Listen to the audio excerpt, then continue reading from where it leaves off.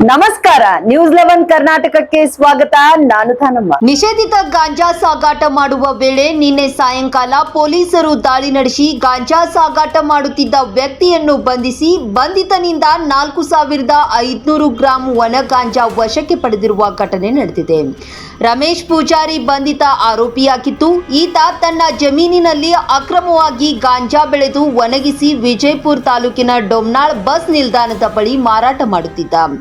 ಒಣಗಿದ ಗಾಂಜಾವನ್ನು ಚಿಕ್ಕ ಪ್ಯಾಕ್ ಮಾಡಿ ನೆರೆಯ ಮಹಾರಾಷ್ಟ್ರಕ್ಕೆ ಹಾಗೂ ಗಡಿ ಭಾಗದಲ್ಲಿ ಮಾರಾಟ ಮಾಡುತ್ತಿದ್ದ ವೇಳೆ ಸಿಕ್ಕಿಬಿದ್ದಿದ್ದಾನೆ.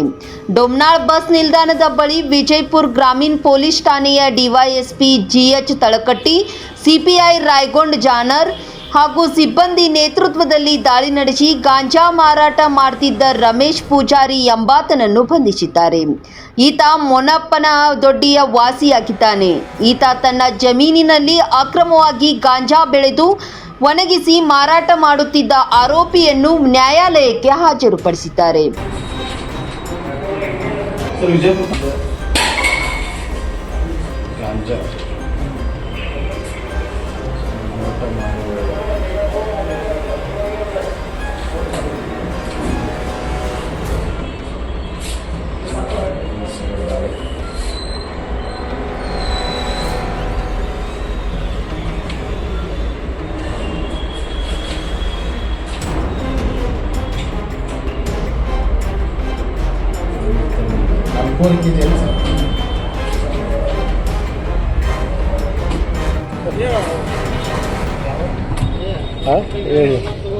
ಕನ್ನಡ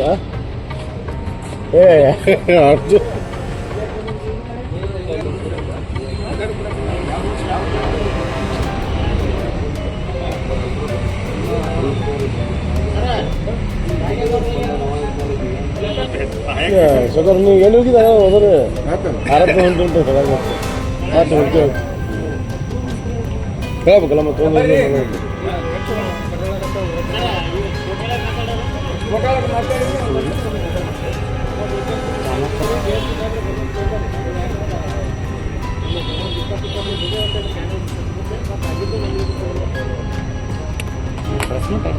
ನಿರಂತರ ಸುದ್ದಿಗಾಗಿ ನೋಡ್ತಾ ಇರಿ ನ್ಯೂಸ್ 11 ಕರ್ನಾಟಕ. ಲೈಕ್ ಮಾಡಿ, ಶೇರ್ ಮಾಡಿ, ಸಬ್ಸ್ಕ್ರೈಬ್ ಮಾಡಿ ಹಾಗೂ ಬೆಲ್ ಐಕಾನ್ ನ ಒತ್ತಿರಿ.